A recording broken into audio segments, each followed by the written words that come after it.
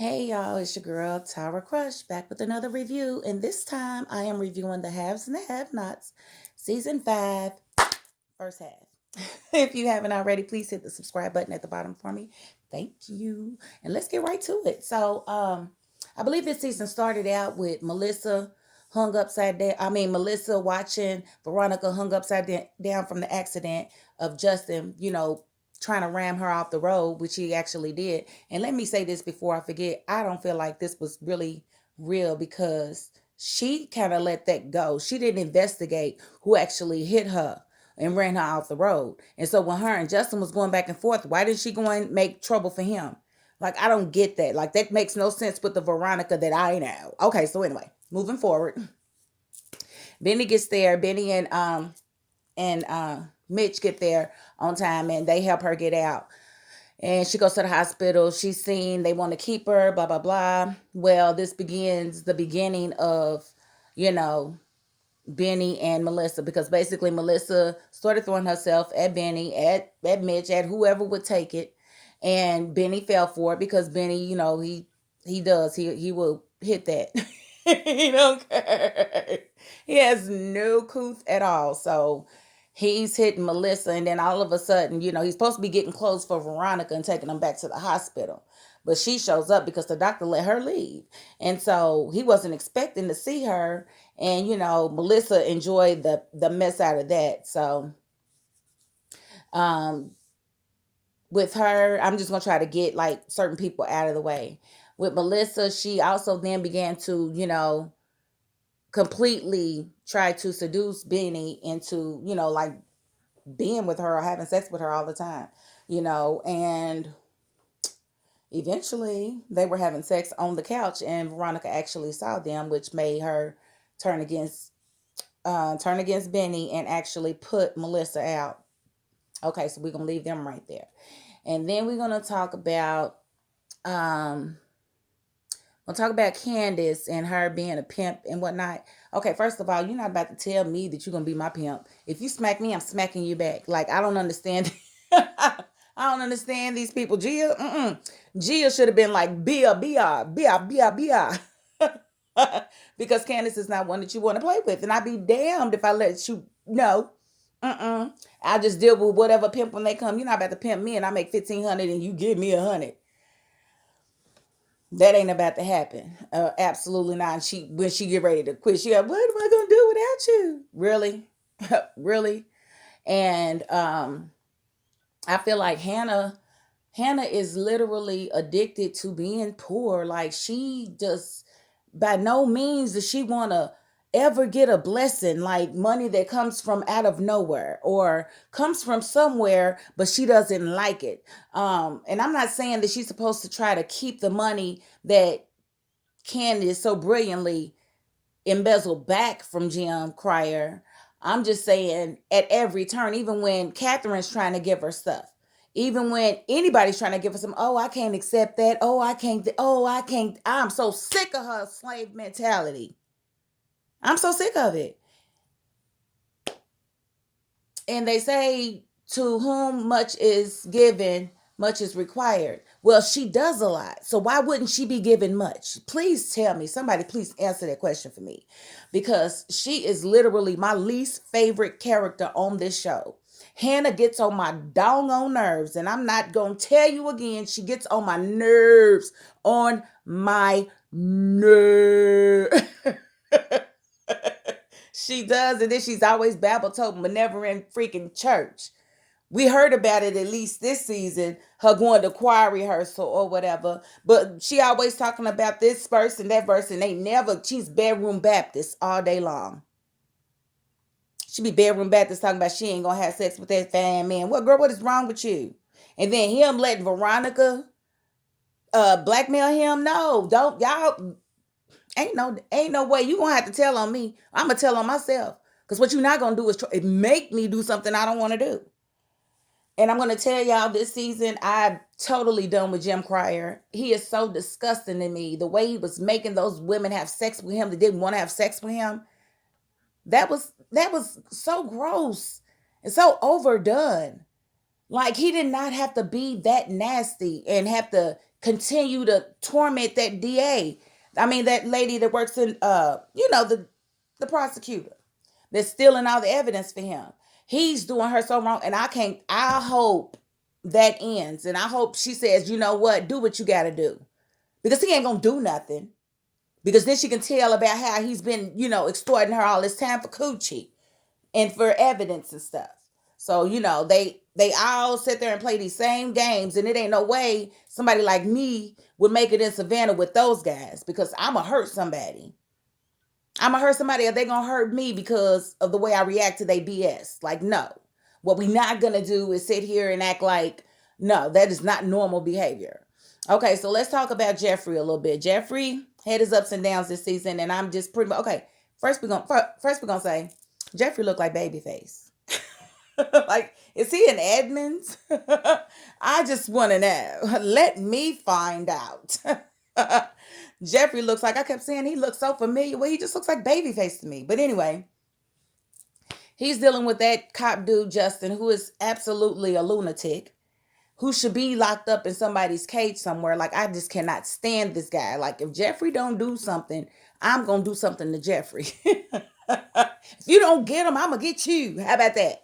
No, but, he's just basically a sociopath. Like, he's been in the closet his whole life, and now that he's out of the closet, he feels like it's Jeffrey's responsibility, to be with him and to be, to basically love him, even if he doesn't. Like, just because you love him don't mean he has to love you. And Jeffrey's getting on my nerves. Oh, he didn't do anything, Dad. No, Dad. Dad, no. I've got this, Dad. Dad, no. Dad, no. No, Dad. I just can't take it. Why does the writer keep having these characters go through the same stuff over and over again, saying the same lines over and over again? It is like so overdone. And I know they'd be like, yeah, I got this memorized because I did this in season 2. Yeah. I'm just playing. Don't kill me, Tyler.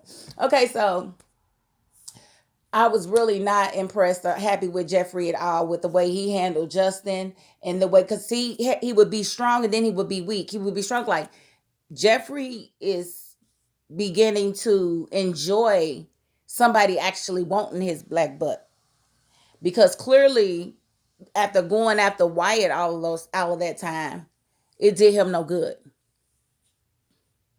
So I think he's enjoying the fact that dude is 10 karat crazy. You gonna have to kill him. You gonna have to kill him. And like I said, if Veronica really knew it, like she put it together, they had that conversation. Why didn't she have him arrested? She wants him away from her son. Why wouldn't she have Justin arrested? I don't understand that. I really don't. Cause it wouldn't take nothing but a second to realize he'd drive a black truck like the one that was ramming you. Genius. I'm really talking to the writers, because it ain't the characters' fault that, they just following the script, so these are things that just frustrate me. Okay, so we have Landon. Landon, of course, is the twit that used to be on the show as a regular, but then, he was helping with the campaign and whatnot. And then now he's working with the future president, and his little dumb butt done fell in love with him as well. Like, he just fall in love with everybody. Everybody he come in contact with, he fall in love with. And he's condescending. I do not like him. I do not like him. I do not like him at all. I don't like Landon at all. I don't like the way he thinks that he can turn a straight man gay. I don't like it at all. I don't like it at all. I don't like the way, he basically, he's a, I don't know. He just gives me a bad vibe. And I don't like people like that will throw shade at one person, but then in the next breath thinking that you're going to have this person that they trying to pursue. No. Landon, get out of dude's business. He said he knows what he's doing, and I believe him. So you just need to mind yours, Landon, before you find yourself landing on the ground. But then too, I don't understand why Candace doesn't want to have anything to do with this president. Like, I don't understand. He's cute. They had a good time. I think it might be because he was ready to railroad her brother and wasn't even going to tell her, just had it already in process. And I think that's what made her say no. But I'm not for certain. But if y'all know and I'm missing it or I've forgotten, please let me know. Or it could be also that she was with him, doing her thing or whatever when her son got murdered.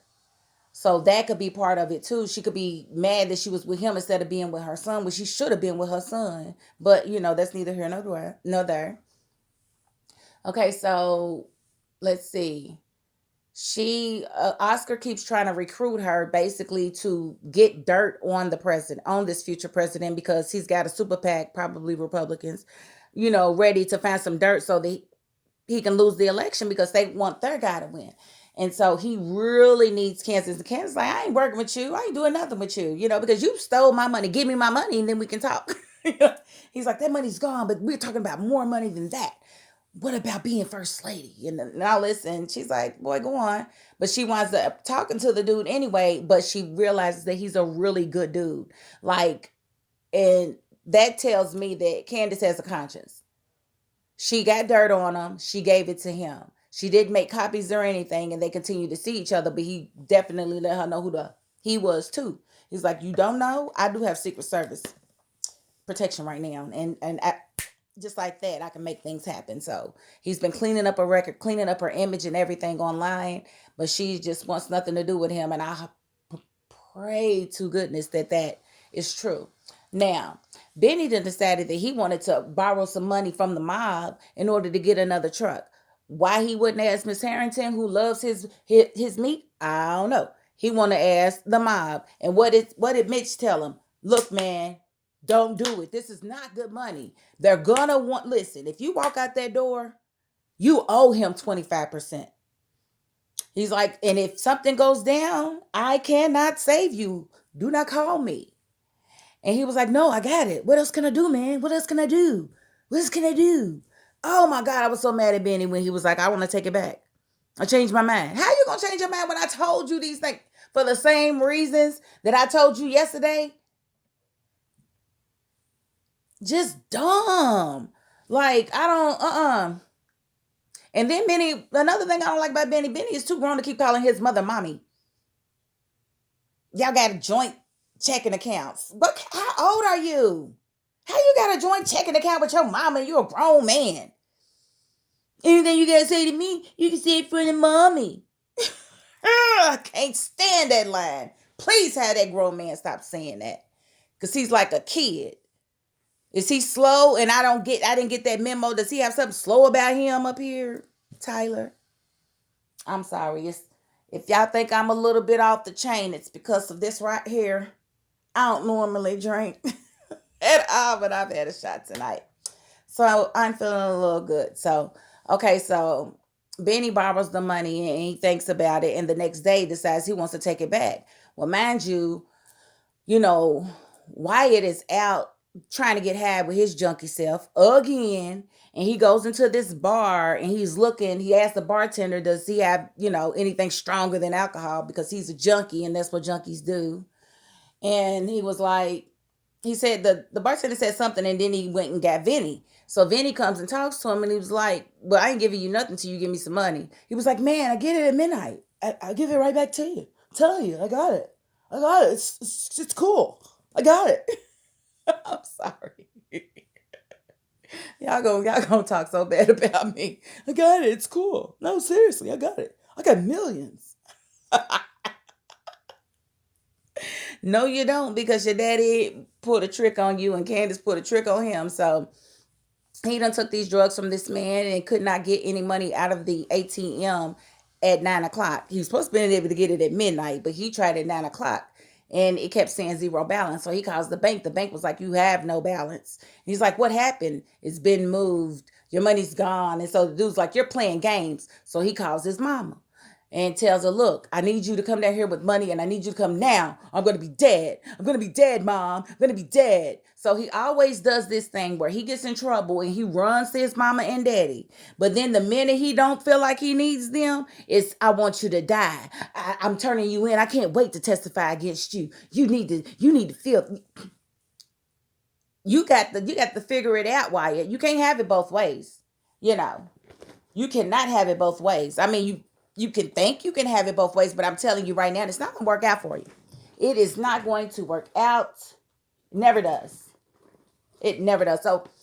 So Wyatt is basically right now, mind you, Justin, the Keith's going crazy because Wyatt calling Jeffrey. Jeffrey's locked up and can't answer the phone, but Justin, he gives Justin his passport. I'm like, dog, how dumb can you be?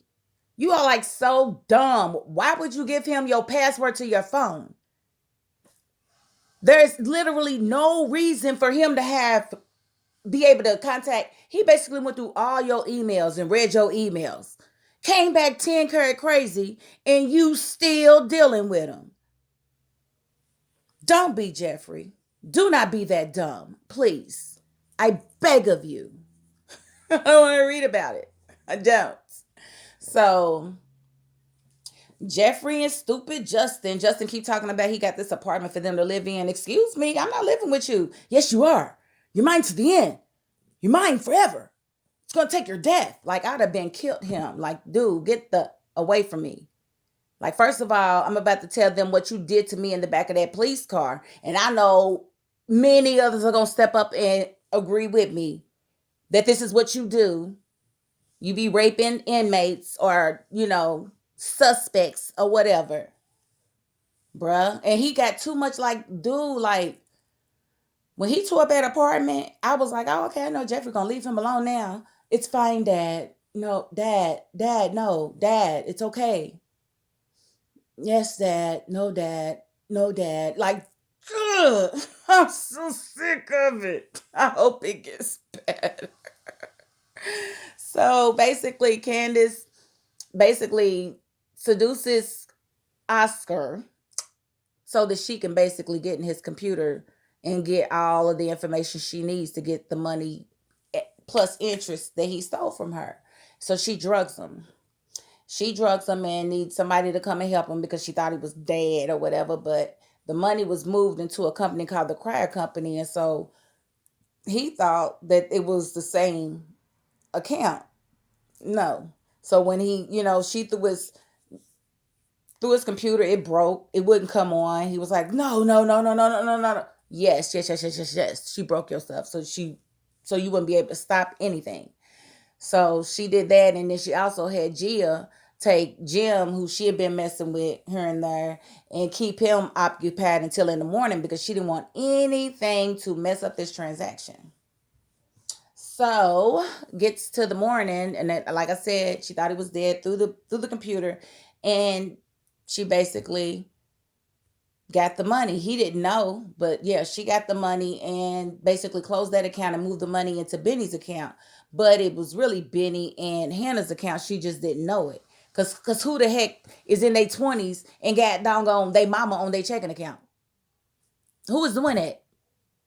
I don't know. I don't understand. I don't understand. Basement is enough. I'm just so she basically so she basically tells him that she would basically give him $1 million if he'll just go to the bank and move the money. And that's how she finds out that it's a joint account. And Hannah's like, not it take two signatures. No, it don't. It takes one signature to move money. Not close an account, but just move money. Money was going to be left in the account. The account would have remained open, but it only takes one person to move money. That's like saying, oh, you can't go to the ATM unless both of y'all are there to punch in your PIN numbers. That's just stupid. That's not how life works. And I don't even know why he wrote it that way. Please work on your plausibility because that's just not plausible. That would have never happened. So she finds out. So basically, when Wyatt, okay, let me go back to Wyatt real quick. I'm sorry, y'all. Wyatt, got the drugs early from dude. Dude thought that, he was try to kill him. Wyatt fought him off and stabbed him in the neck and basically let him bleed. And he called his parents and, Jim shows up. They try to clean up the scene or whatever and they leave. And then Benny comes after that because he thinks he's going to take this money back, even though Mitch told him you can't take that money back without 12.5 with it. You borrowed 45 grand. They want their 25. That's 12.5 or whatever he said it was, 12,000, whatever it was. He said, you need to have that before you go. You think nope. He was just like, no, I'm gonna talk to him. That can't be right. Yes, it's the Bob, dummy. He told you this. He told you this. Like, oh my God, it just burns me up when people know better and don't do better. And then make it like, Mitch, you ain't gonna go down there and talk for me. I told you I wasn't gonna go talk for you. I told you I couldn't do that. Why are you asking me this? Why? Like, oh, some friend. No. I would have, boy. Mitch is a great friend, but he wasn't that's great not believing Benny when Benny told him he didn't do it. He's like, oh, what you thought you could kill him and then you wouldn't? Oh, no, I didn't do this. Well, now Benny, he wants that $1 million and he's like, Ma, you need to he's with the crap because when Jim got into jail talking about he was gonna basically get him off if he would just, give him his money back. He said, I don't know what you're talking about. I was like, go, Benny, you go, Benny, you go, Benny, you go. So that made me happy that he at least stood his ground with that. But then here come Hannah. What was y'all talking about? You gonna tell me what y'all was talking about, Benny? I'm so sorry, but she just, oh my gosh, she gets under my skin. I like her new boo. Like I said, I don't like to hear he let Veronica blackmail him, but did y'all peep the fact that she said you did it before? So she wanted him to have sex with her. So that means she cheated on him. She been cheating on him.